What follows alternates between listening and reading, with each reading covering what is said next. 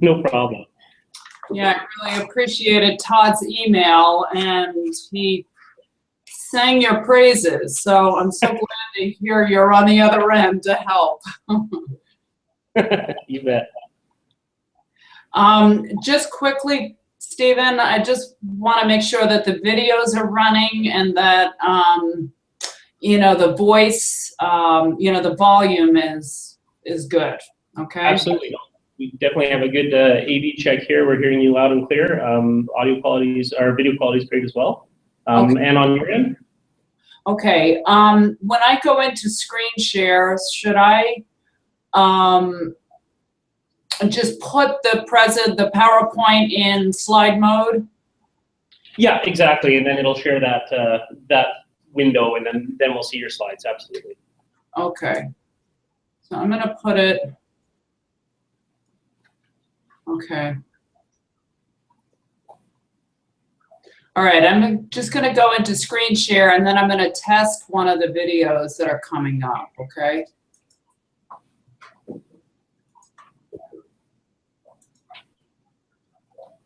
Okay, so you can see classroom setup?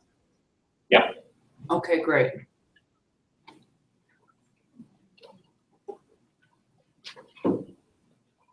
You can see classrooms. Hi, I'm Sue Kempton. Let me give you a feel of what it's like to enter my classroom first thing in the morning. I greet each child with a huge hug and a good morning, sweetheart. Many of the children are busy checking out classroom books as part of their... How is that, Stephen? Good. The audio is good. We've got a little bit of jitter on the video, but I know that it's related to the hardware that we have here on this end. But it's watchable. Okay. All right. The video is okay.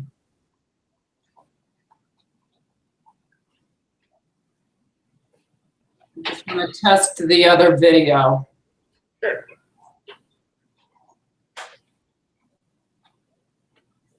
During choice time in the afternoon, children are free to play at various areas in the classroom, such as the water table, the painting easel.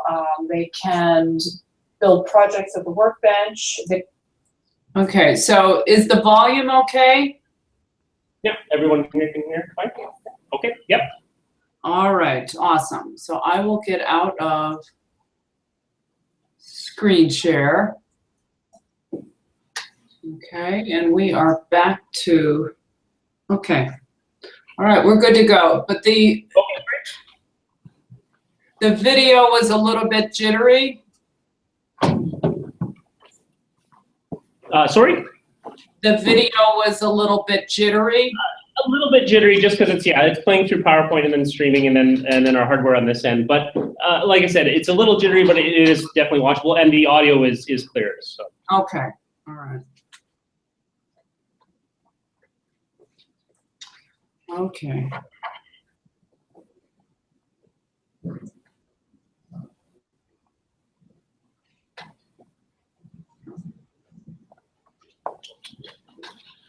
Hi. Okay.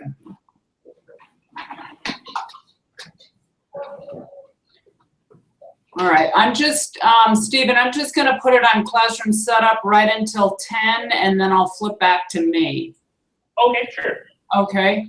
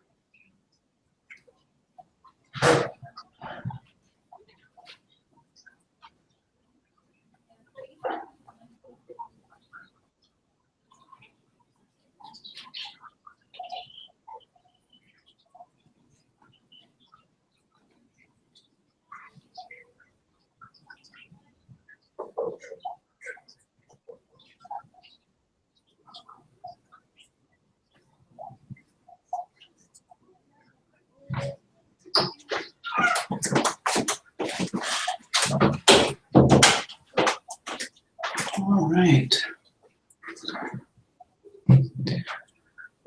Stephen, Yep, are we ready to go? absolutely. Okay, everybody's seated and, okay, I'll go back to me then. Okay, yeah. All right.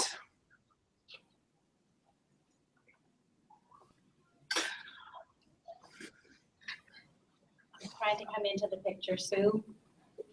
Say that again, Sheila? We're just trying to get into the picture so you can see me.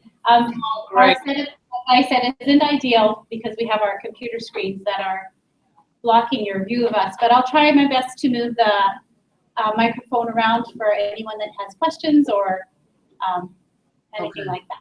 All right. Well, let's go ahead and get started, everybody. First of all, I'm just really excited to be here and to spend the next hour and a half with you guys. I realize you're starting school, I believe, next week. Is that right? Yes, that's right. Okay. Well, this is such an exciting time of the year because the focus for this session is really about classroom setup and how your values and your beliefs really need to be thoughtfully reflected in what your room looks like and what it sounds like. And today we're really focusing on the physical aspect of setting up your classroom. I asked Sue Humphrey to have you reflect on what you value and believe in terms of learning, teaching and learning. And I hope you guys had a chance to take some time and really thoughtfully think through that piece. And what that actually looks like is what's most important when you think about setting up your classroom, what's most important to put in your room in terms of creating the context of literacy. Meaning, if you want children, to love books, what do you need to see in the classroom?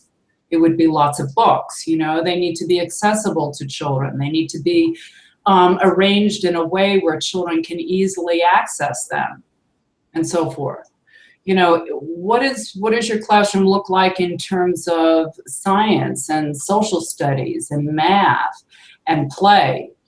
So those are, some of the big issues that we're going to be focusing on today.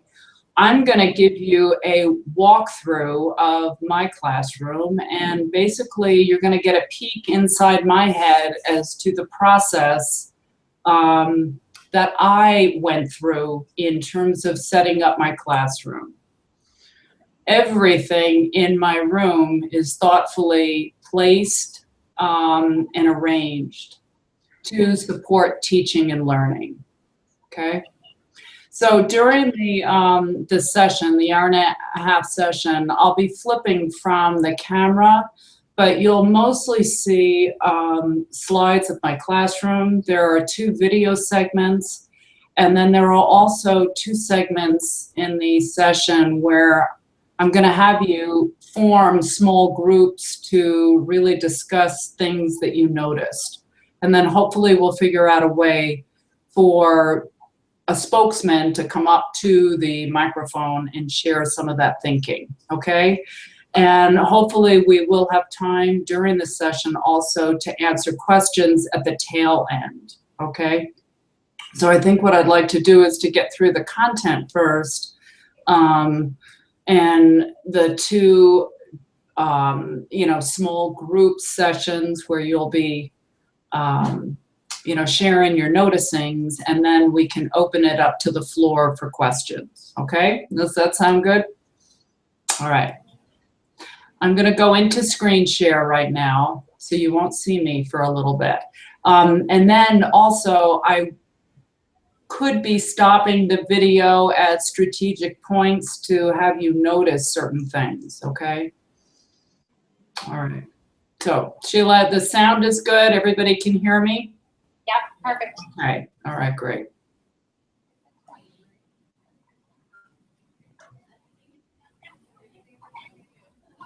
Okay. All right.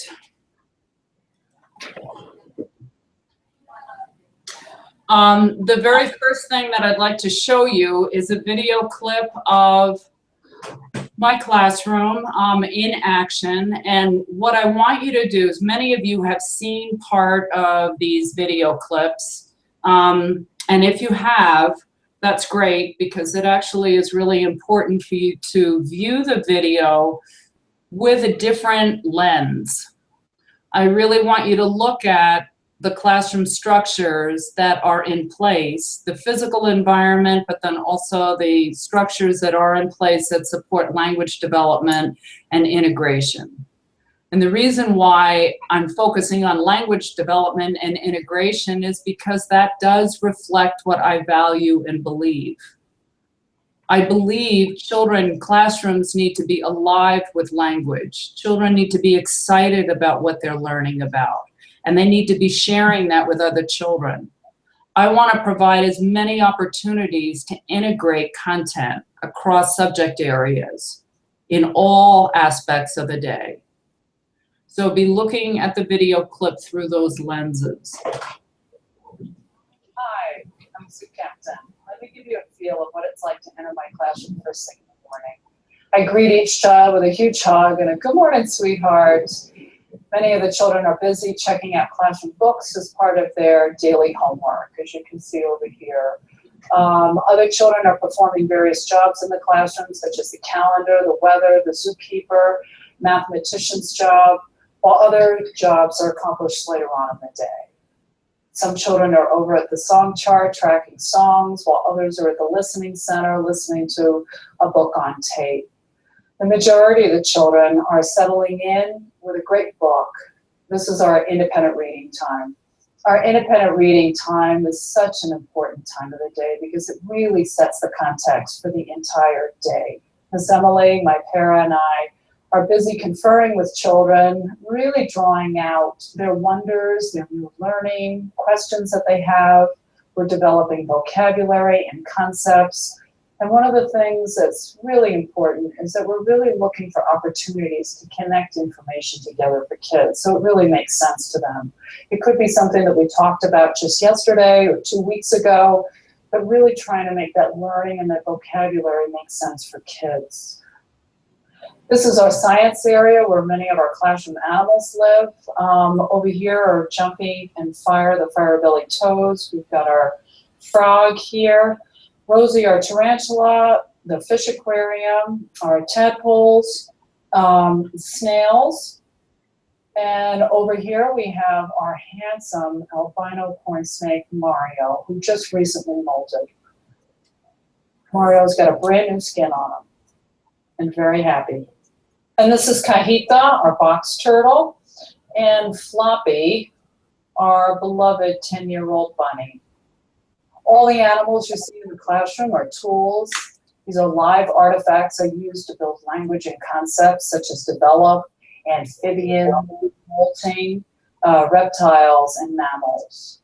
Right here you can see a beautiful recent mold from Mario. It was absolutely amazing to watch the whole process, and children are gathered around his tank and watching him to go through the whole molting process. And then to see this gorgeous mold left behind, it brings learning alive for children. Here are the writing tables we use during writing workshop. Notice how closely the tables are arranged, so I can confer really easily with children.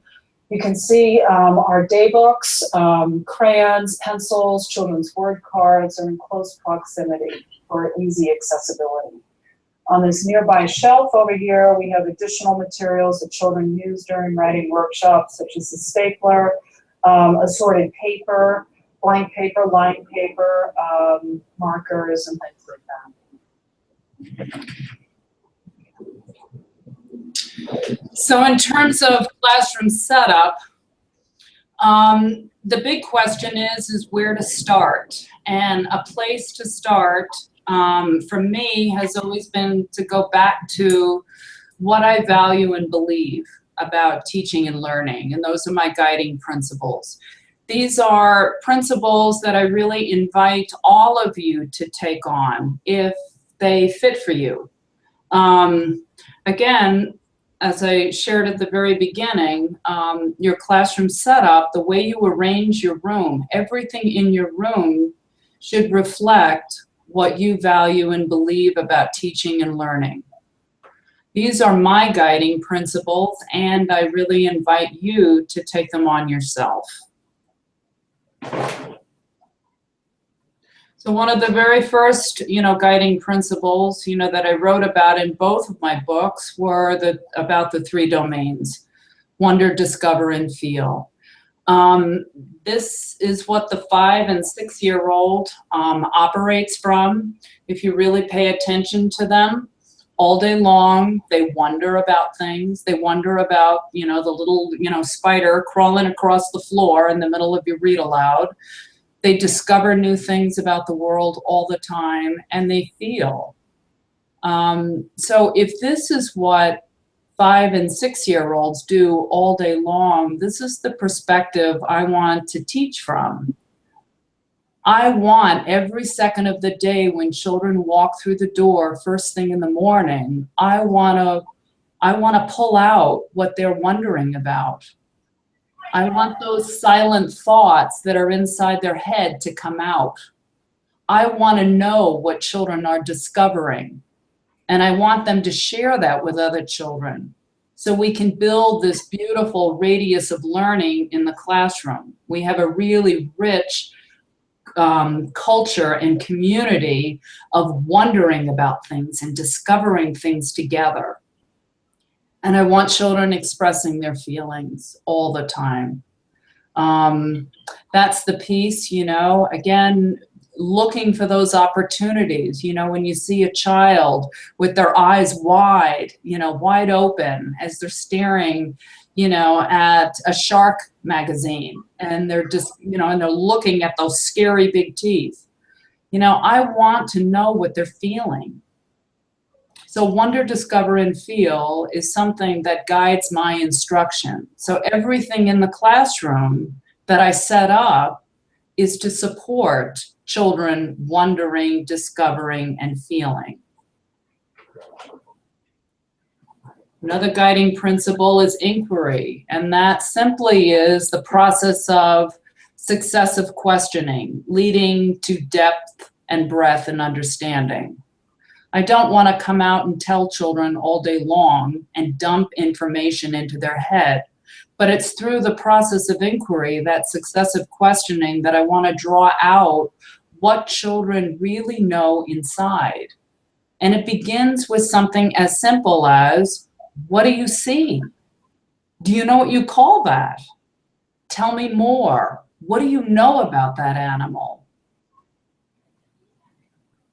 So it's this process of always asking the questions to draw out what children know inside. When children come to, a brick wall and they don't know, the answer to something, that's the piece where you step in as a teacher and you tell them. And I think some of you, the cadre has heard this story about little Dulce, one of my Latinos that I had in my classroom, but it was just a wonderful example of, in the middle of a share, and her hand goes up and it's like, sweetheart, what do you have to share? And she's staring at a magazine with this gray fuzzy animal. And she had no idea what the animal was called. And that's where it started. That's where the inquiry started. Do you know what you're looking at? Do you know what you call that animal? And then she had no idea, and I opened it up to the rest of the group. They had no idea. And so that began the process of me sharing. It's called a koala. Can all of you say koala? And the whole class collectively responded, koala. And what do you see the koala doing? He's climbing a tree, yeah. And what do you see on its back? The baby. So who do you think that is? The mommy or the daddy? The mommy, right? Why do you think the mommy is carrying that baby koala on its back? And the shoulders go up. She has no idea. Look down at the bottom of the, the photograph. What do you see on the ground? A dog. Yeah, what do you think that dog wants to do? Again, it's just asking those questions and going deeper and deeper and deeper until, the end of it, she knew it was a dog and I filled in that information. It's called a dingo, and all the children are collectively responding and saying dingo. And why do you think that mommy is up in the tree carrying her baby on its back? To keep it safe from the dingo. Dulce, it was through the process of inquiry that Dulce got to that point. So inquiry is another guiding principle that guides my instruction. Integration is another big piece. I'm always looking for opportunities to connect what we're talking about in the moment to something that we talked about just yesterday, to 2 weeks ago, to, a month. It could be 3 months ago. Again, if you look in the background of this particular slide, you'll notice that it's a spider's web. And if you know anything about spider webs, you'll know that they're incredibly strong. And this is what has really, really guided, my instruction for many, many years, is that I'm always looking for those common threads to pull that together and make the teaching and learning explicit for children. Why are we learning this? And connecting it to something that the children have previously learned. Information has a far better chance of being retained and understood when children can experience those connections. And a fourth guiding principle is the language wheel. This is a very simple concept that I wrote about in the Literate Kindergarten, and then I restated it in Let's Find Out. And I have coined it this way: talk, write, and read. What we think we can say, what we say we can write, what we write we can read. So I'm always looking for opportunities to connect the talk with writing, with reading. What's important to understand about the language wheel is that there's no mandatory point. You don't need to start with talk and then go to write and then read. Frequently, children, in my classroom will start with reading. And when I say reading, I'm talking about reading pictures in books. Children many times will start with reading and we'll have this great discussion, and we will toggle back and forth between reading and talk and reading and talk and reading and talk, right? And this is just great, great, rich discussions that we're having by reading nonfiction text, by just reading pictures. And children are learning great things about the world. So we will go back and forth between reading and talk, and then children will then spill over many times in the springtime and start writing about some of those great things that they have discovered. Okay? So, getting to classroom setup, step 1. that's the look of my classroom.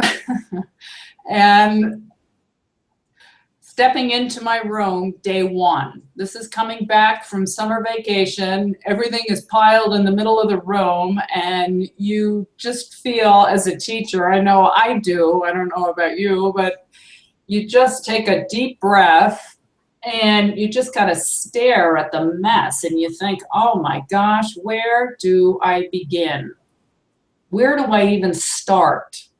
And again, thinking about what you value and believe. So just be thinking about, because I'm going to be referencing the 4 guiding principles. Be thinking about connecting. Be thinking about, integration. Be thinking about the language wheel. Be thinking about inquiry, okay?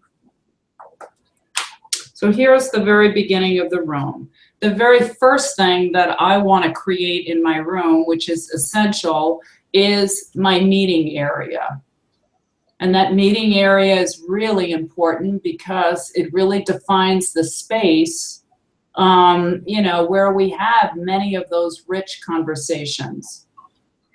So that is the very first priority in my room, okay? And again, you can kind of see all my writing tables and everything is kind of munged in the middle here.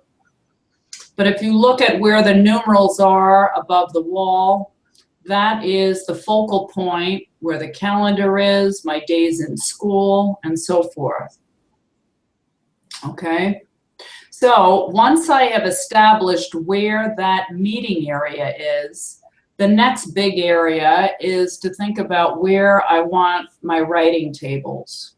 Because again, writing developmentally for children is one of the, best processes you can get them in terms of learning letters and sounds and writing about things that they really are inspired by. So if you can see in the distance, if you can just visualize my classroom, it's one long rectangle, all right? So from where you are looking, that perspective back, that's the long skinny rectangle. And you can see in the distance where I have laid out the writing tables. I'm also in the far right corner, I'm also thinking about where my dramatic play area is going to be, because that's a big area as well to consider. You notice in the front of that photograph, you'll notice where there are blocks that are stacked together. Can everybody see those? Yeah, okay. Those blocks are strategically placed there because during choice time, playtime in the afternoon, children will take those large hollow blocks out into the middle of the oval. So right in front of there is where our gathering place is, and which is the area that I call my oval space, okay? This is a closer look at where the writing tables are. And again, notice how closely the tables are positioned. And this is strategically placed here is so I can confer easily.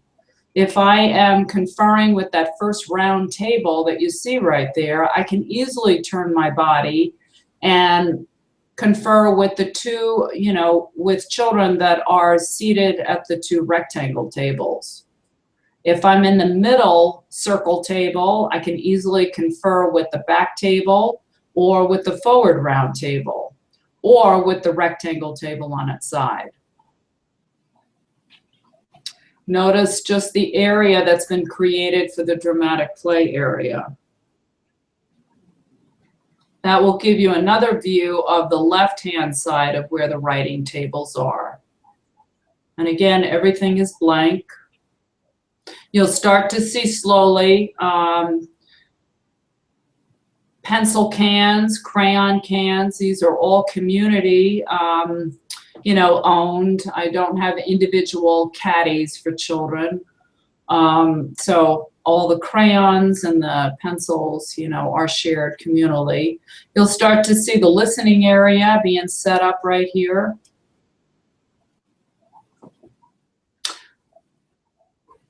And you'll start to see some of the more of the detail coming out in the classroom, where there are visuals up on the whiteboard for, you know, that children can easily see during writing workshop if they need to add those particular blends in their writing. You'll also start to see over on the left-hand side where puzzles, you know, ABC puzzles, numeral puzzles, and various small manipulatives are being placed.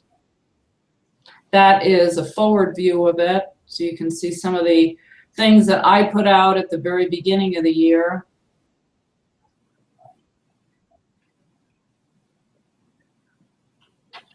Notice now, looking at the writing area, you'll notice on this small,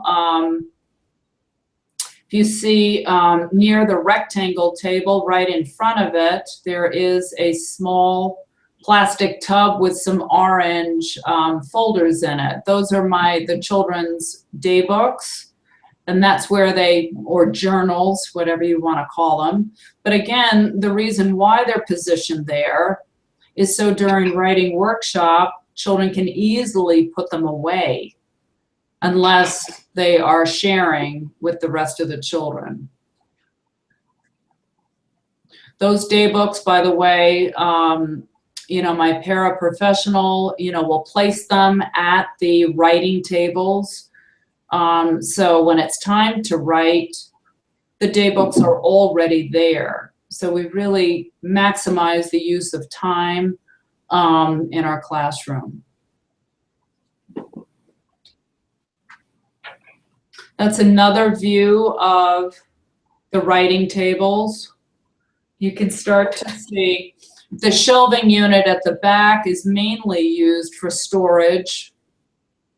But you can see on the far rectangle table, there is a large blue tub. You can start to see those are Legos that are positioned there.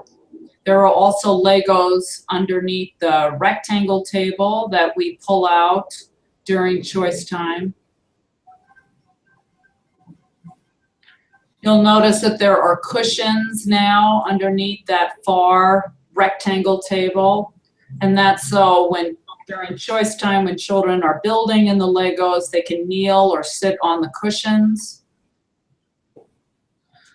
And everything is thoughtfully placed in the classroom. It's just not willy-nilly, I stuck, you know, cushions under here, or I just decided that I would put, you know, the day books over here. It's strategically placed so children can access the materials easily and also put them away. So those transition times in the classroom are really maximized.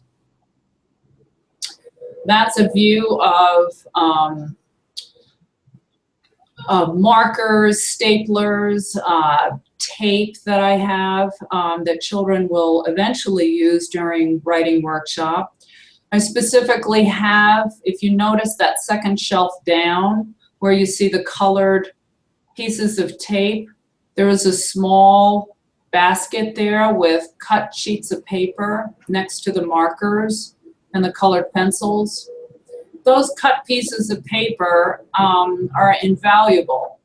Those are short, you know, small little pieces of paper that many times children will write messages on.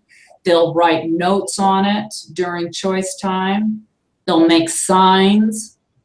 For example, in small blocks, if they're building something really fun with their friends, they will write a sign and they will leave it up and say, like, don't touch, or they'll label it. If they're building a farm, you know, they'll actually sound that out, a farm, with the markers, and then they will take the colored tape and tape that to their sign. So many times, you know, we will leave a construction up in small blocks for a couple of days. Again, it's put here for a very specific reason. So children have access to that so they can continue to write.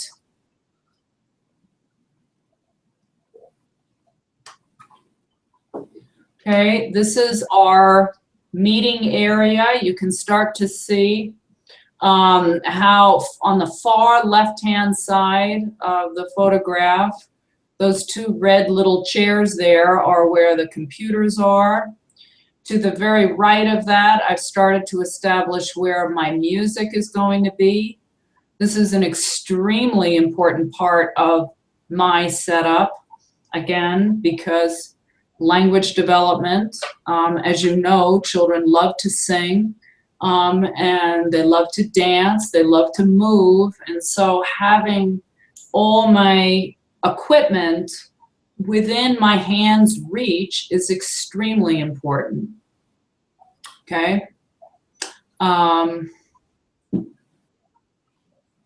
Here's another shot of that open area.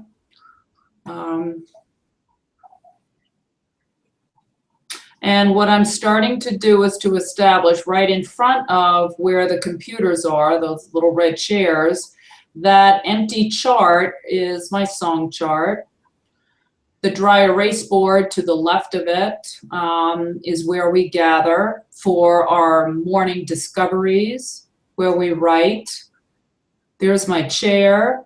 And the other chart where you see that lovely person right there, that's actually me at the beginning of the year. That is our story chart. So many times I'll ask children to scoot over to the story chart. Okay. As you can see in the background, starting on the very right-hand side of the photograph, of the slide, you can see the computer, the printer is being uncovered right there. You can start to see my song charts. These are songs that we sing collectively, which really is a beautiful way to build language for children and to just build a love of learning and literature. So these songs I have handwritten. Many times I'll ask the children to help me illustrate it. I'll laminate them, and then they are clipped to the song chart. The songs also are rotated, you know, throughout the year, depending on the season and the time. This is where we start getting into book arrangement. If you notice, the books are starting to come out in the classroom because it's something that I value and believe, that children need to have access to great literature, and they need to have access to all kinds of genres of literature. Songbooks are a beautiful way for children to really build so many literacy skills, concepts of print. When children are sitting and, you know, sitting with a partner or in a small group of 3 children and they're all singing the same book, The Wheels on the Bus, or Down by the Bay, a favorite of ours by Raffi.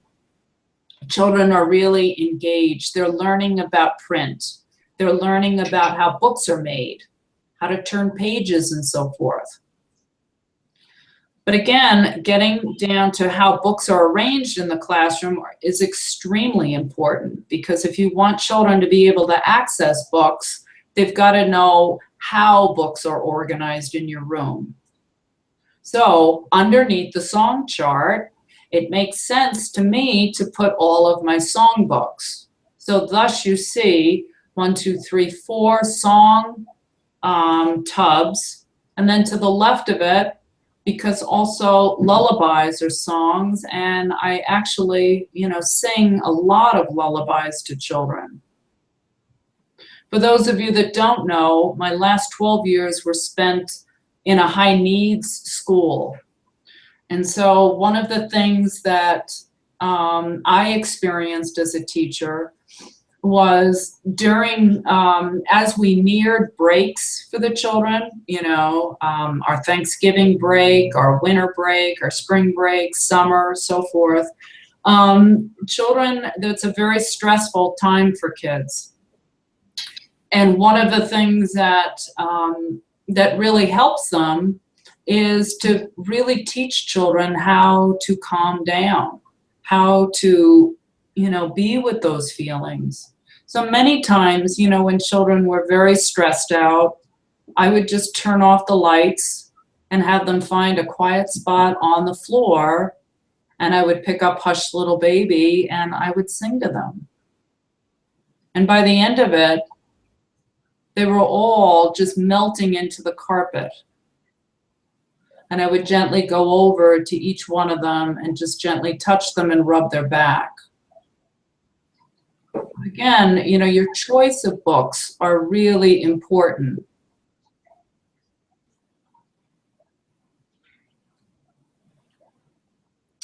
You can start to see how the books are now starting to extend. All the pattern books are arranged in these 3 yellow tubs. And again, you've got to figure out a system. One of the big things, you know, that, you know, and I've worked with many, many teachers, but one of the biggest things that teachers, you know, need to spend a lot of time is thinking thoughtfully about how your books are organized in your classroom.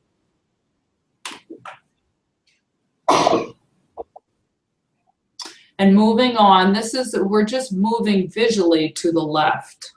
You can see the Who's Absent board, where it says right at the top, right above where that penguin is, that's where their names go.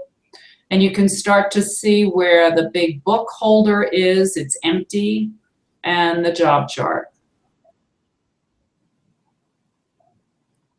Okay. You can start to see, again, at the very beginning of the year, I'm thoughtfully thinking about the big books that are going to be most engaging for children for shared reading. You know, books like I Went Walking, On Top of Spaghetti, you know, a great songbook, 10 in the Bed, Brown Bear, What Do You See? You know, these are Over in the Meadow, Time for Bed. I mean, these are classics. Old MacDonald. Lazy Mary, which is a great songbook. Anna's Counting Book. You know, we're dealing, anyway, so again, the choice of books that you put out at the beginning of the year need to reflect what you want children to be really focusing on. If you start to look down at the bottom right corner of the slide, you'll see 2 tubs that are labeled Rhyme. And now you can see a better picture of it. And you can see a better picture of the Who's Absent board. Those cards that you see right there are blank right now, but they're laminated, and I just write the children's names on it. And as they come through the door that you see right there, and I'm giving them a hug, they come over to the Who's Absent chart, they look for their name, and then they put it in that can down to the right of the rhyme tub that says, I am here today.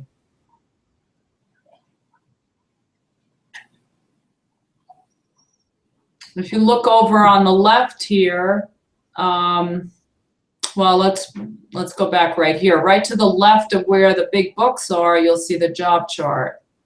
Again, why do I have jobs in my classroom? It's because I really want to empower children.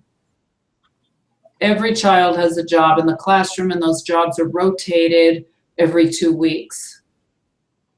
But again, you know, this is something that I really believe in terms of ownership of the classroom, that it's their job to take care of the classroom. So there are jobs, and I'm not going to go through all of them, but and these are purposeful jobs.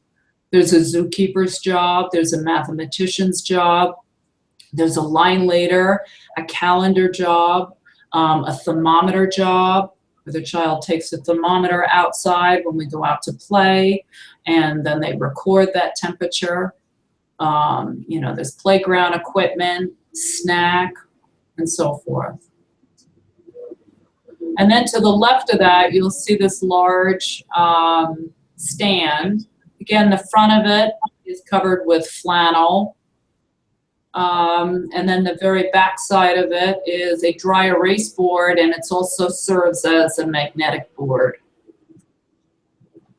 And again, I use because language development is, you know, a big piece of my classroom, I use a lot of flannel stories, you know, with children at the beginning of the year.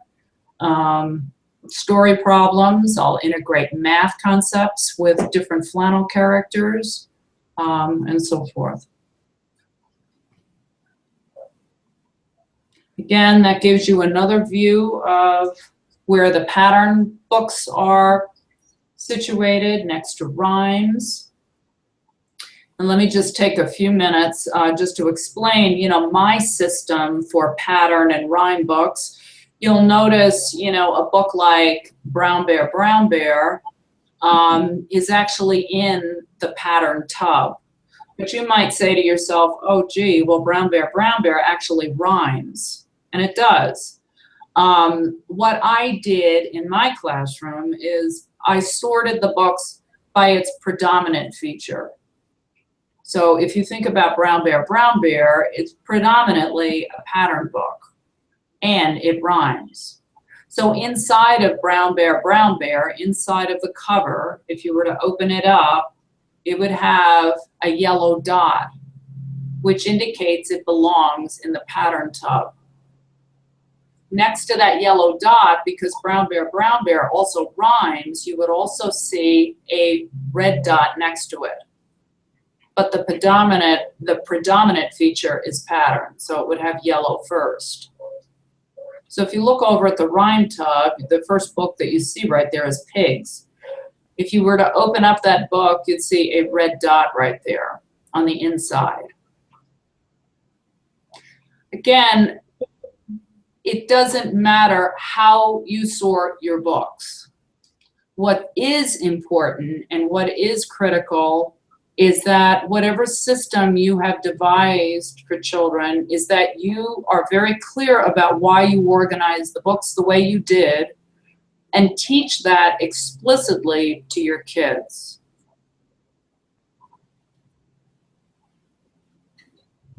So just moving on in the room, this gives you another visual of what that side of the room looks like.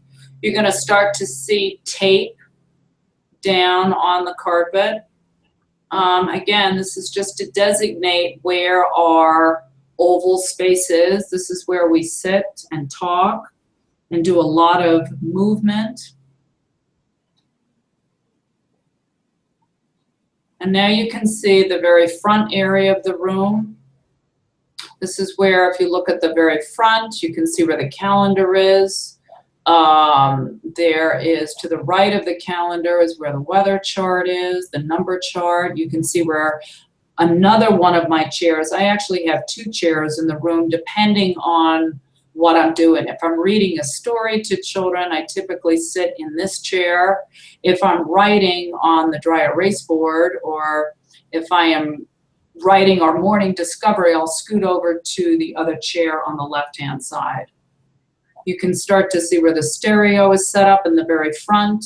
And then all of these books that you see on that low shelf, again, these are books, these are my read aloud books to children. And children don't have access to those books until I read them to them.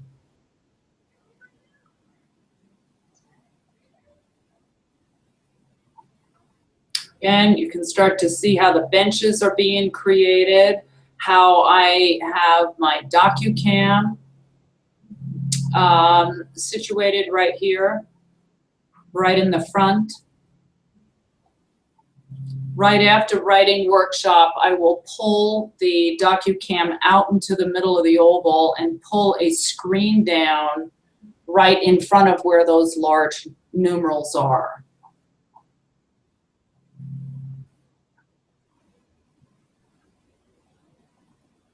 And here you can start to see, you know, the calendar. And these are more books that are placed out in my classroom. At the beginning of the year, ABC books that you see on the floor right here are a big genre that I focus on with kids. Wordless books, extremely important for children.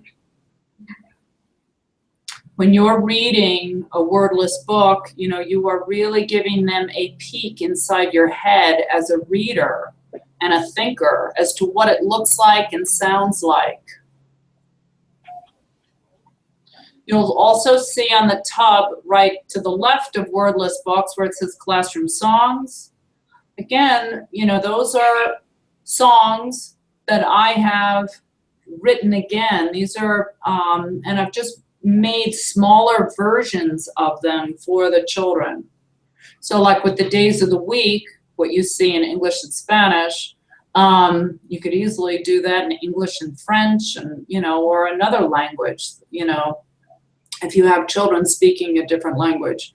But those are laminated. I'll make maybe, you know, 4 copies of them, and they go in classroom songs.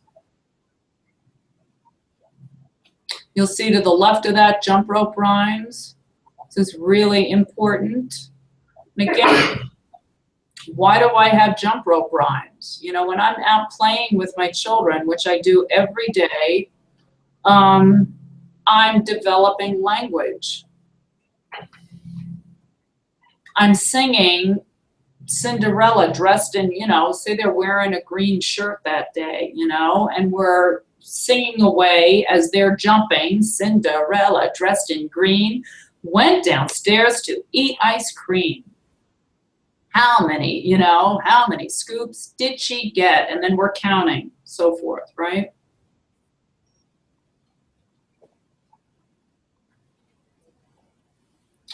Again, you can start to see some additional books that are placed underneath. These are, again, you know, small, predictable books that children will read during reading workshop. You'll see a little small dry erase board down below next to an eraser and a marker. This is so all my material is at my fingertips. Over on the very right-hand side, next to the ABC books, you'll start to see math manipulatives sticking out. Oh, by the way, in the front, right next to the large thermometer, that's the classroom thermometer that one of the children who has the thermometer job will take out every day when we go outside for recess, and they will record the temperature. Again, that's another view of the math area. You can start to see the math manipulatives being placed. And then beyond that shelving unit, that's my wet area where you can see in the distance the water table or sensory table, the easel. You can start to see the, you know, where the science books are. I'm starting to put those books out.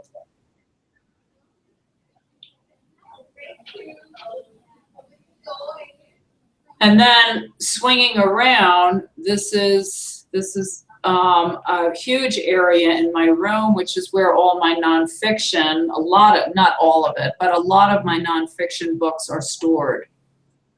And just notice the simple system. Children have access to the first 3 shelves, starting from the bottom up.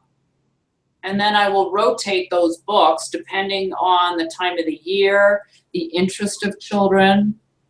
But again, look at how easily they are accessible to kids. You know, when you look at the front of, you know, the kangaroo tub, and you see a photograph of a kangaroo, children can easily place those books back in the kangaroo tub. Same with elephants, whales, whatever. And to the left of that, you can see this carousel. These are nonfiction magazines that the children use quite a bit. These are Zoo Book magazines. They're also National Geographic. And again, children are reading pictures, but they're learning so much about the world. And again, be thinking about what I shared with you, my guiding principles. I want to draw out what children are wondering and what they're discovering and what they're feeling. Children love nonfiction. It's a genre that excites them. And you know yourself, you know, as I gave the example of the little spider crawling across the carpet, you know, all of you that have been teaching have dealt with the spider crawling across the carpet. Everything stops, right? If you're outside after a rainy day, guess what they're focused on? Is the little worm that's wiggling. It's a prime opportunity to develop language and concepts for children.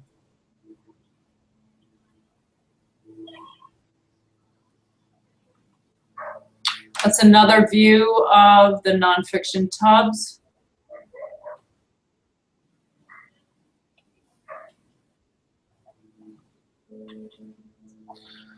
You know, and just to address this, some of you may be looking at this book collection and say, oh my gosh, I will never, ever have that many books in my classroom.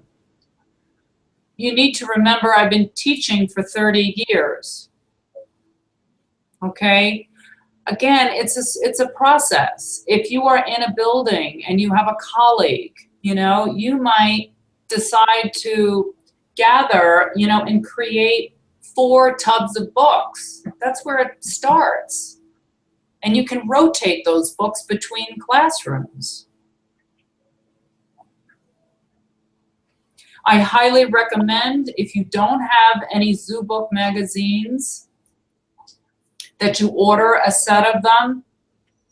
They will last you, you know, if you carefully laminate the cover of it, they will last you for years. But that is a source of great, you know, content development, language development.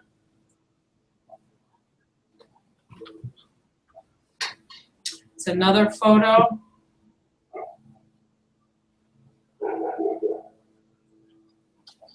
So what I'd like you to do right now is to just, you know, I realize you're set up in, let me get out of screen share right now. Okay. All right. Hi, everybody. I realize, you know, you're in a computer lab and everything, but try to get out of your chair and form, you know, groups of, you know, maybe 4 or 5, depending on how many there are of you. I believe there are like 25 of you. Is that right? We have 21 today. 21. Okay.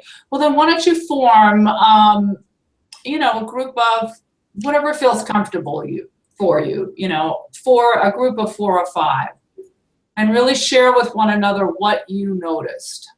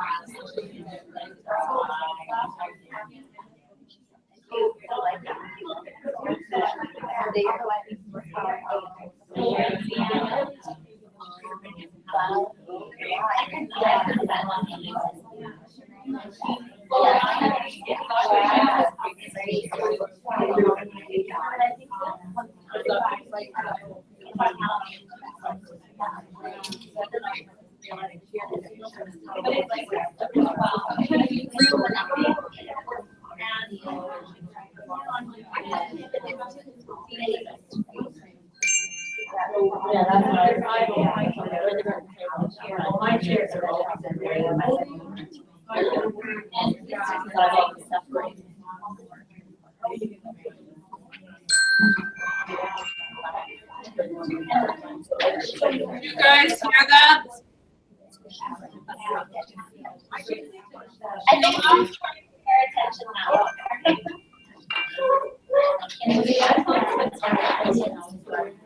Can you guys hear the chime?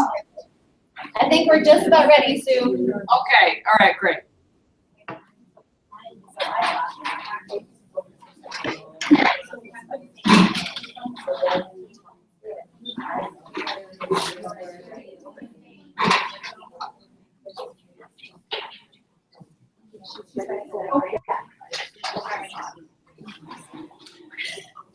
So what I'd like to do is just to hear out, for you to share out from those small groups that you created. One of you, if you want to designate a spokesman from a group to come on up and start the share.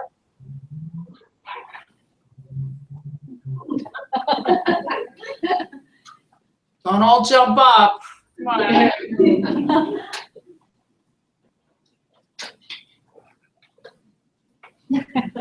I guess everyone's feeling shy today.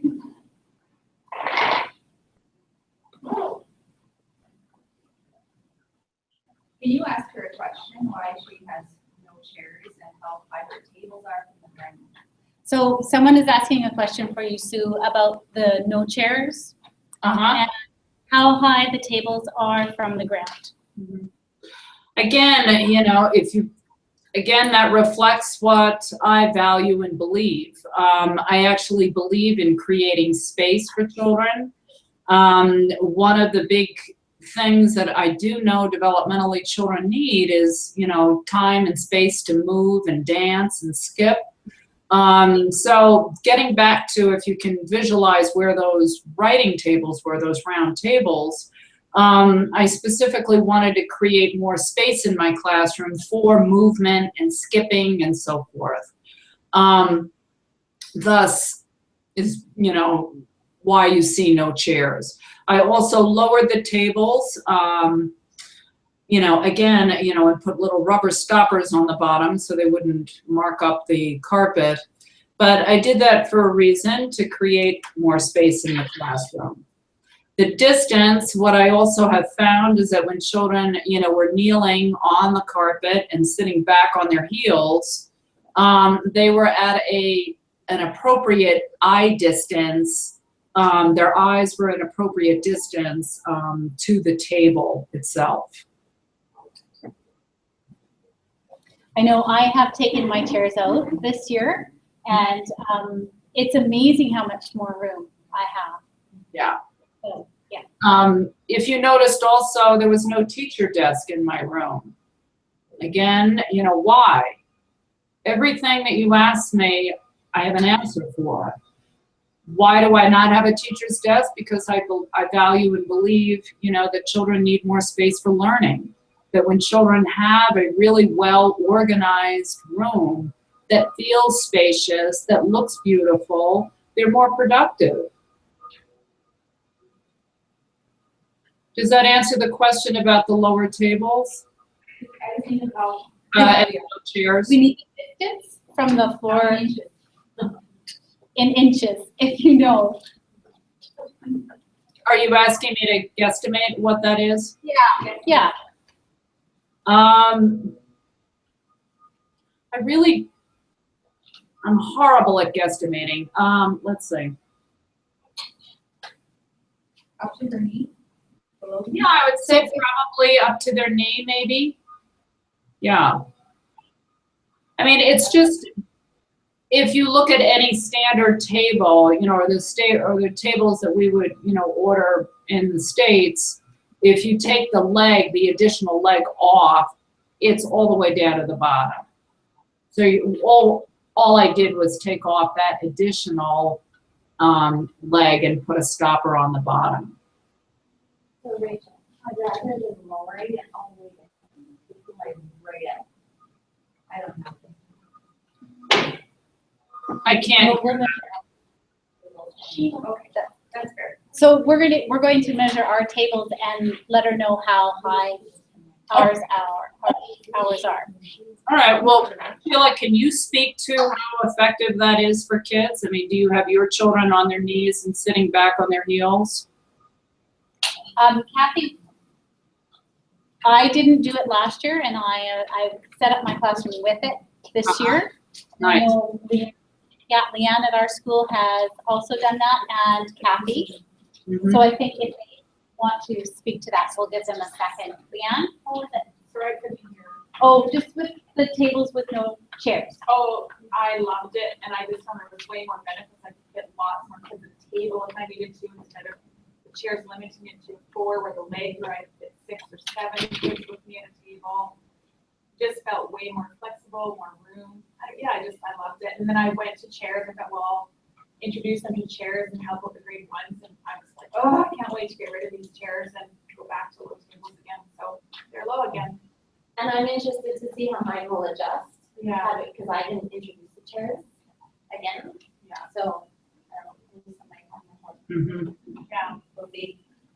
And I just thought it was nice. I had 14 boys and 3 girls, and the boys could be on their knees or be on their bum or be side or cross-legged all at one sitting instead of sort of stuck in a chair, kicking their legs, and swinging their legs. And I just thought a little bit more movement while they were working too. So, yeah, I loved it. Yeah. Okay, and teachers, the point is that you don't have to take the legs off of your tables and get rid of your chairs. You know, having chairs in a classroom is perfectly fine. Again, if it's what you value and believe. My colleague Norma, you know, wouldn't think of getting rid of her chairs.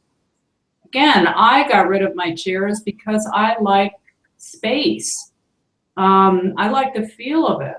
I also couldn't stand the noise and the time that it took to put the chairs up on the table, you know, up on the tables at the end of the day, to take them down in the morning.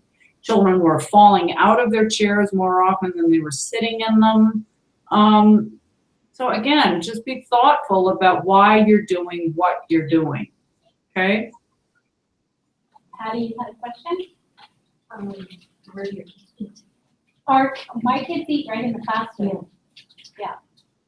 So they like answer that they kneel or sit right at the table. Right at the tables, yeah. Yeah, she was just wondering where our kids eat. Mm-hmm. And so our kids eat right at our tables. Yeah. And it works just great. Yeah. Mm-hmm. And Kathy had an idea. That she had a little guy last year who wouldn't stay, in one spot at his table. So she taped on the floor where you need to stay, and that's it. Nice. So out of watching that whole video, you must have noticed something. So I need to, come on guys, I need to hear from a couple of you. There was another question, just wondering if you have a seating plan. A seating plan for the tables? Yes, in my community, I needed to. Again, why? Why do I have a seating arrangement? Because, my children were really from, the children that I taught were in a high needs school. So as much predictability as I could provide for them, it actually was very conducive to creating that safe environment for them.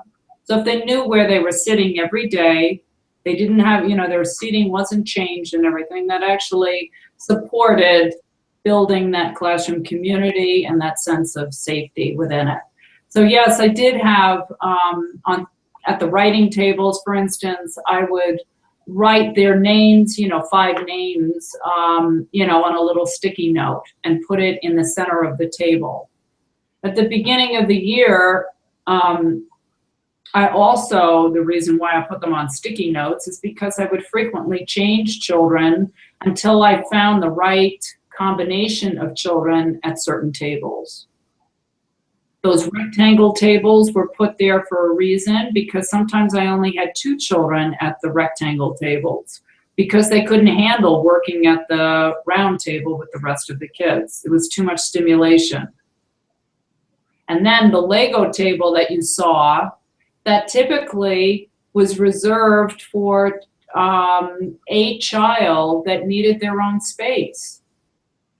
I'm just thinking of little Penny, a very gifted little girl that I had in my room, but she absolutely needed her own space in order to work and do her best thinking.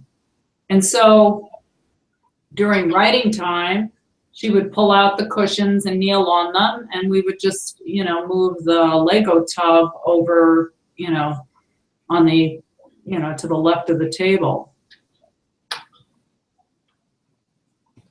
As far as seating on the oval, that, our meeting area, yes, I used the colored tape. Once the beige tape was placed on the carpet that formed the perimeter of our share space, I used the colored tape, and I would individually put their name on that colored tape within the perimeter of the oval. And again, why is to create that predictability and that sense of safety for children, because it really supported them. Many of, my youngest children, were seated right by my feet. That's where they were on that oval, because they needed to be in close proximity of me. Yeah. Anything else?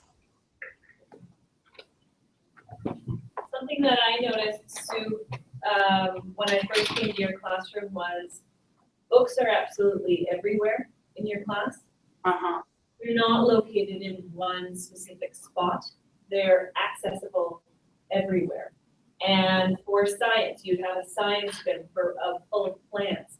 You'd have books on snakes right beside your corn snake. Mm-hmm. You'd have, your books are not only thought of in categories, but they're also placed in the room on purpose. And it really, really does encourage the language. I used that in my classroom last year, and it really does help to promote immediate language skills and quick accessibility. Nice.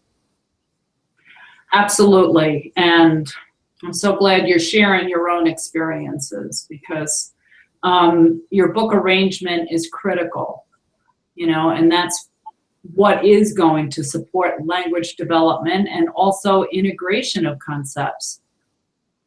You know, when a child is reading about, you know, for instance, you know, flowers or something, you know, and all of a sudden you get into this great discussion about, you know, that powdery stuff inside of a flower called pollen.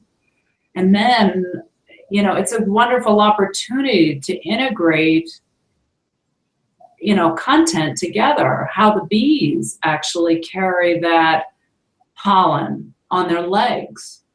And knowing that I can go right over immediately to my bee tub and pull out that book and flip to that close-up photograph of a bee carrying the pollen on its legs. That's the power in organizing your library, is that you know your books inside and out, and you know exactly where to locate something. So thank you for sharing that. That's great. Okay, well, we're going to move on from here. I'm going to go back to the screen share, and what you're going to start to see is some of the, you know, the play area and how that is organized as well. Okay.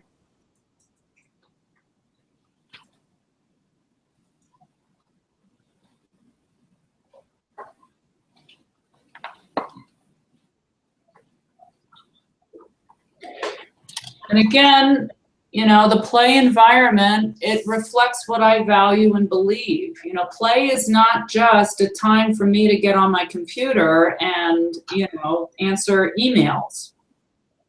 It is my time. That time is critical for children, and it's a time where I am purposefully interacting with children and facilitating language development.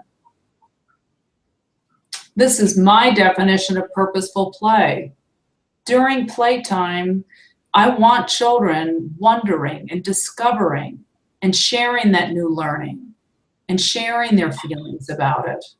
So the things that I put out in my classroom for play are going to elicit wondering, discovering, and feeling. You know, play is much more than fun. It's a natural context to integrate concepts. Again, thinking back on what I value and believe, I value integration. I value connecting information together so it makes sense for kids. It's also a wonderful opportunity to integrate skills.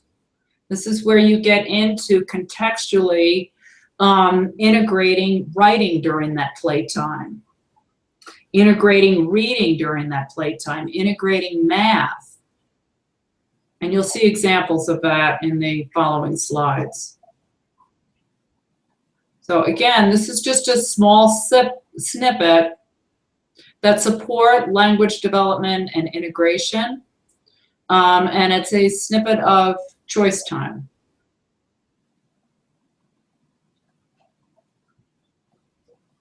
During choice time in the afternoon, children are free to play at various areas in the classroom, such as the water table, the painting easel. They can build projects at the workbench. They're free to sew, weave on individual looms or on a group loom over here. They're free to visit the animals and explore the science table. And hold Floppy, our dear bunny. Children are free to play in the dentist's office for cats and dogs. As you can see, there's a tremendous amount of literacy and math skills that are contextually integrated in this rich play area. All choice areas serve a purpose to enrich children's understanding of the world. That's the X-ray machine that you see. Here's our small block area. They're free to play here. They're also free to play in our big block area. They pull these large hollow rectangles and squares, tubes and flat boards. They pull the benches and our bridge out into the middle of this large oval area, and they construct the most amazing things, such as castles and a walkway with steps going up and down. They constructed trolley car, and just recently, last week, they built this incredible igloo. The possibilities are endless, which is so fun about Big Blocks. They're learning. I'm just going to stop it for a minute. The boys on the very right-hand side of the screen, I don't know if you saw them, they had a ball, a big red ball, and they had dinosaurs. Again, that's just a simple example of integration. In our morning, children, we entered into a rich discussion, and we had for many months talking about dinosaur extinction. And one of the things that the children were wondering about was what this big fireball was. And I developed the language of meteor. And actually we discovered that the meteor was was a theory that most scientists believed, why the dinosaurs became extinct. And so during choice time, it was a beautiful opportunity for them to then further that exploration through their play. So I put the dinosaurs out, the large dinosaurs, and you know how you rotate different play items in your classroom. I put the dinosaurs out, and immediately, the boys, several girls, glommed over there, and they were reenacting the meteor crashing down and killing the dinosaurs. So that's a simple example of integration. Also in the block construction, you notice that there's so much math skills that are integrated, balance, symmetry, all of that. About symmetry and balance and many, many other math concepts in a really fun, contextual way. Okay. So this is what the wet area looks like at the beginning of the year. And again, I'm thinking about what I value and believe. I believe in children having opportunities to express themselves artistically. That's why there's a painting easel. They need to explore science concepts, such as how water flows. There's a science table in the background to the left of that sensory table, the water table there. And again, that table is put there because I want lots and lots of real artifacts that children can look at, can pick up, can touch, can smell, can talk about. The workbench. Again, it's something that I value and believe. You're developing, fine motor skills and giving them another medium to create and express themselves. This whole area over here, where you start to see the science area, it's drawing out what they wonder and discover and feel. It's an opportunity for inquiry. What's that? What's that shell?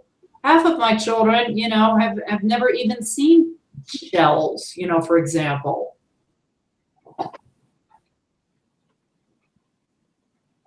You can start to see, the materials being placed. Again, very thoughtfully placed. All the things that are out are there for a reason. You can start to see the magnifying lenses showing up on the science table.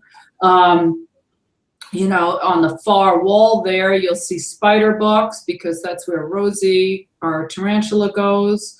The fish books are going to be placed, next to the fish aquarium. Again, and so forth.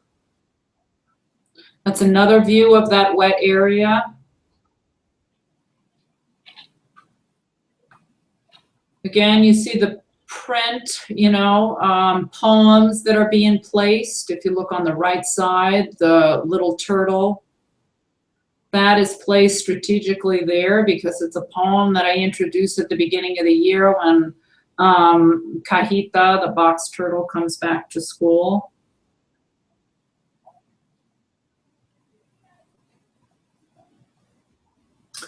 And as I mentioned earlier, the big blocks and the tubes are strategically placed in the classroom next to the oval area, so children can pull those blocks into that big oval space easily, and they can put them back easily. There's a whole system to how I arrange those blocks. So during choice time, all those big hollow blocks are pulled out in the middle of the oval.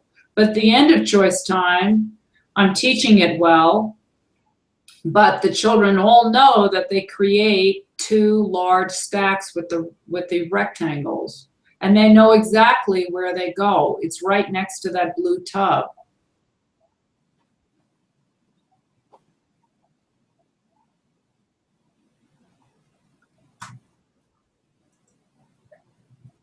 Small blocks, if you look at how it's organized, you may be saying, why? It's so children can find the blocks easily and they can put them away easily. You noticed how, just simply taking your small block area and laying down, one of the blocks and tracing around it so children can easily match that block with the shape that is taped to the bottom of that shelving unit.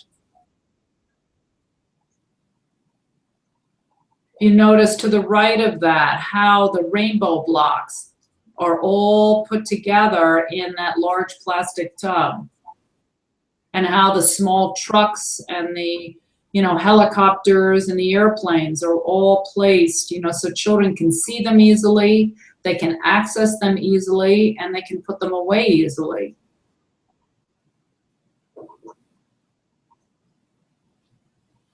Again, these are tubs of books that are not access to kids. These are tubs of books that I will rotate and put out in the oval, but they're stored over here. But I'm showing this picture because if you see, where the forest animals are, jungle animals and farm animals, those are put on that shelf along with that brown tub right to the right of where the farm animals are. Those are small cars and signs. Again, these tubs are put strategically right next to the small blocks. And that purpose is to integrate the use of those animals and signs in the building of small blocks. So as I mentioned before, coming back from a trip to the zoo, many of the children were very excited in recreating a zoo. And those animals, those jungle animals, came out into the construction. And that's where they went over, and were making signs for those animals, for that construction.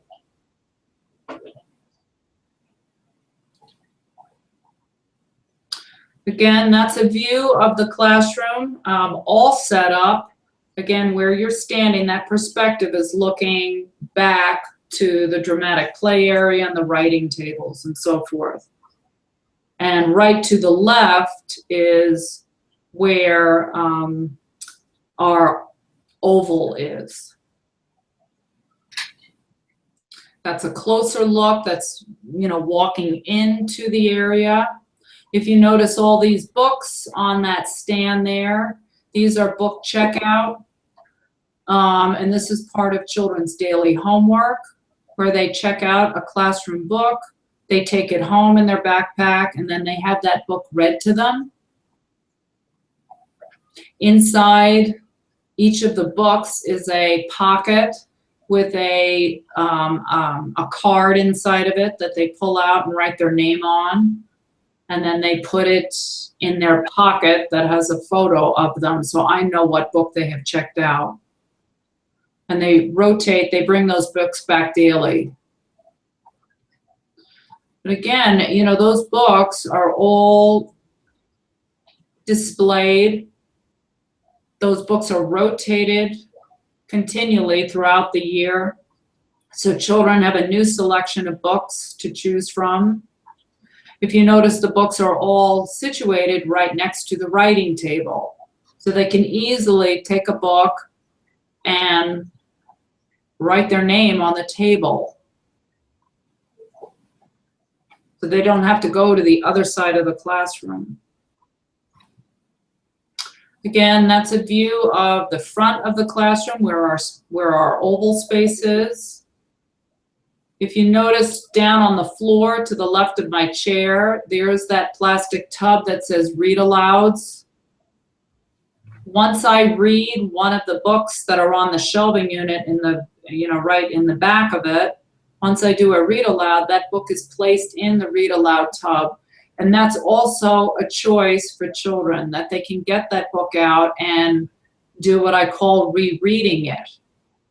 They're not reading the words to it, they're retelling the story through pictures. It's a very, very important skill for young children in terms of reading and comprehension.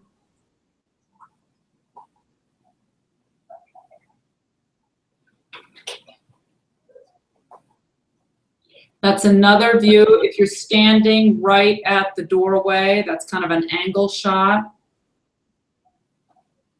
So you can get a feel of where the big blocks are, that bridge that I was mentioning, the benches that are all pulled out in the middle of the oval.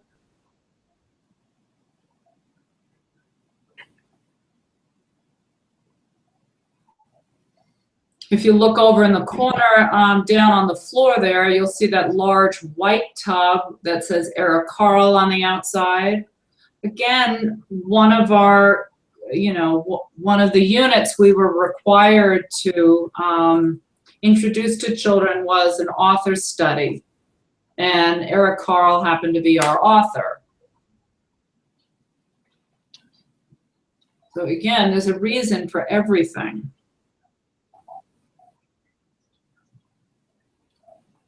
That's standing back from my chair, looking at the opposite side of the classroom, where big books are. You can see the nonfiction.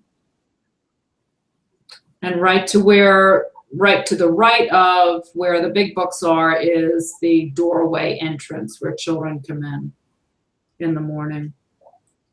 Again, notice the space that I've created for kids.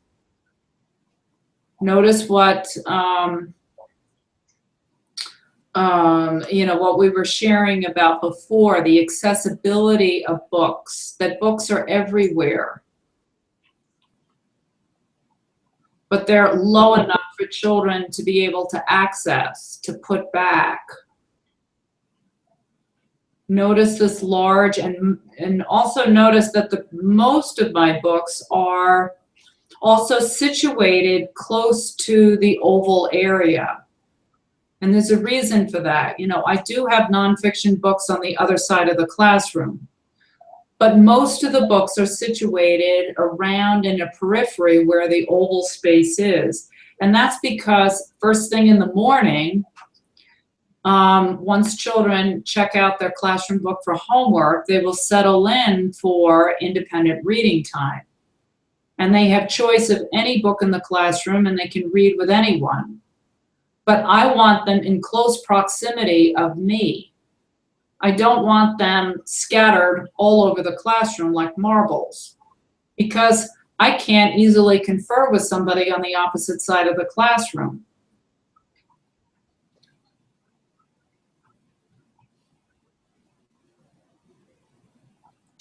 So what I'd like to do is just, for the last couple of minutes, is open it up to you guys to share what you noticed, or if you had any other burning questions before we end the session. And I'll switch back to screen share. Hi, everybody.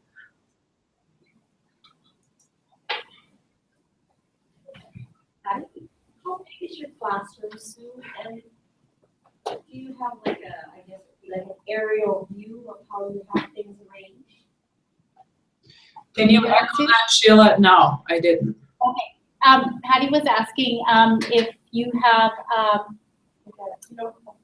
and like a bird's eye view of how you set up your classroom, and she was also wondering how big the classroom.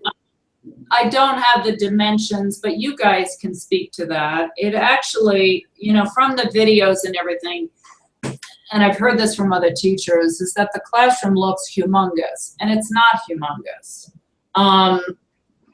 It's what I did within the space to make it appear as if it's more spacious.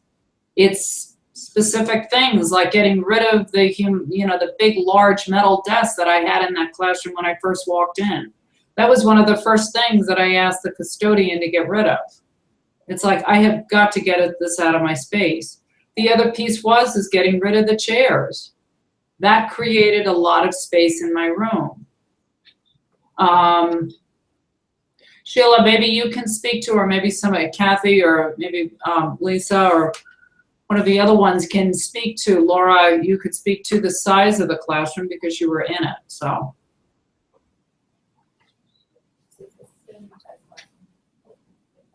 And we can draw you a little now. Yeah, we'll draw for Patty a bird's eye view of what your classroom looked like. So you'd like me to draw that out? Maybe I can do that. You mean Yeah. top-down view of the areas? Okay. I can definitely work on that, and I will share that with you guys. Okay. I'm looking at the clock, and I want to honor your time. It is 11:30. Is there any last question I can answer right now? Sheila, I was just wondering how you stress to the parents how important reading is at home. Because every year I have one or two kids that don't even open their library book bag with their parents. They still, the librarian, if she fixes it, the elastic isn't off. What do you do to stress the importance of that? So there's another question just about how to get parents to read to their kids. We find that often the books go home and they're not even opened and then brought back. And we're just wondering how do you address that? You know, the biggest way for parents to really see the importance of it is for you to be modeling your passion about books. I am passionate about literature and quality literature, you know, and it's the way you hold a book. It's the way you read to them. It's the way you talk about books. I mean, I talk about books with children the second they walk through the door, is that they are the most precious things and that we care for our books. And this is how we handle them. We learn so much about the world through them. Look at these awesome books and look at how I'm turning the pages. And I'm carefully holding my, pointer finger and thumb and carefully, turning those pages. Just quickly, again, I could go on for hours talking about what you can do with parents, but just a quick suggestion is if you have, a back to school night. I mean, we always had them. We were required in the States, but pick a really great book, and you might start out that back to school night reading that aloud to the parents, but you read it with passion. So by the end of it, and again, you've got to choose that right book that's really gonna, it could be a funny book, it could be, whatever, but get parents excited. And the way you're gonna get parents excited about reading is by you being excited, you being on fire. And then talk about how books are gonna be sent home and how so much, as you're reading to parents at this back to school night, be modeling how you're reading that book. That you're not just turning pages, but your voice is going up and down and you're reading with expression and you're stopping periodically, not every page, but, to engage in a conversation, with your child. What do you think's gonna happen? And then that sets the stage, the precedence for, this year, your child is going to be checking out library books and bringing them home. It is essential. It is so important that you take that time and you sit down with them and you snuggle up on the couch, and you read that book. That time that you spend with your child, the 10 minutes reading that book is invaluable. Your child is learning vocabulary and concepts. They're learning things about books. that may not even be apparent to you. They're learning about the title of a book and who the person is that writes the book and illustrates it and so forth.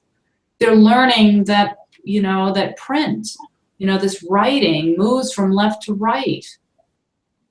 That authors write for a reason. I mean, see how you could go on and on, but it begins with you setting that passion, for the purpose of taking those books home. And also sharing with them, really try to get into parents listening. And what I mean by that is, one of the first things that I say to parents is, I know how busy you are. I know what the day is like. It's hard. Many of you are working 2 jobs. And they're like, yeah, you got it, and I'm tired, and I know that. But if you can do this for your child, if you can set aside 10 minutes, if you can read that book. I used to work with parents that used to work the night shift. And I'd say to them, so-and-so hasn't brought their book back. They said that you haven't read them. Because I would literally call parents and say, your child hasn't brought their book back. What's going on at home? How can I help? And I find out they're working the night shift. Is there any other time that you could read to your child? Well, I'm up in the morning. It's like, well, have you tried, could you spend that time, 10 minutes in the morning before you come to school? Yeah, I think I can do that.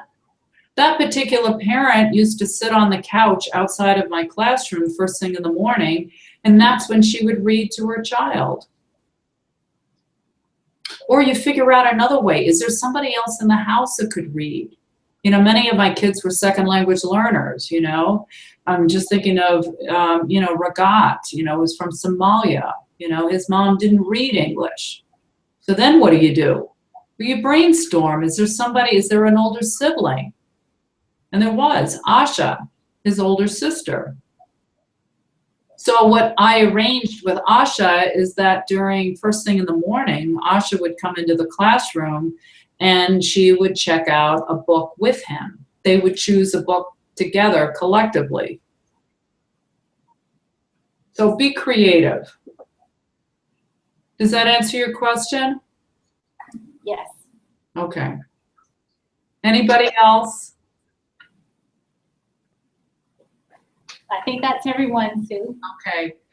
Well, I just want to leave, with just a quick thought, a message to all of you. First of all, I wish you the best of luck next week. It's so exciting this time of the year because you get to start anew and you get to implement the things that really worked well last year, and you get to try on new things.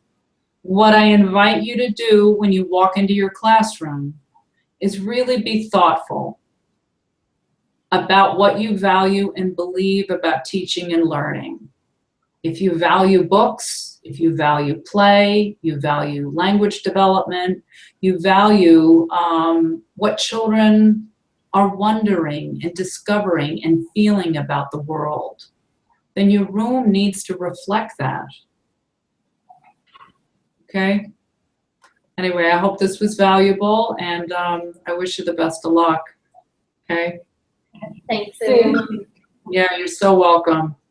Take care, everybody. You too. Okay.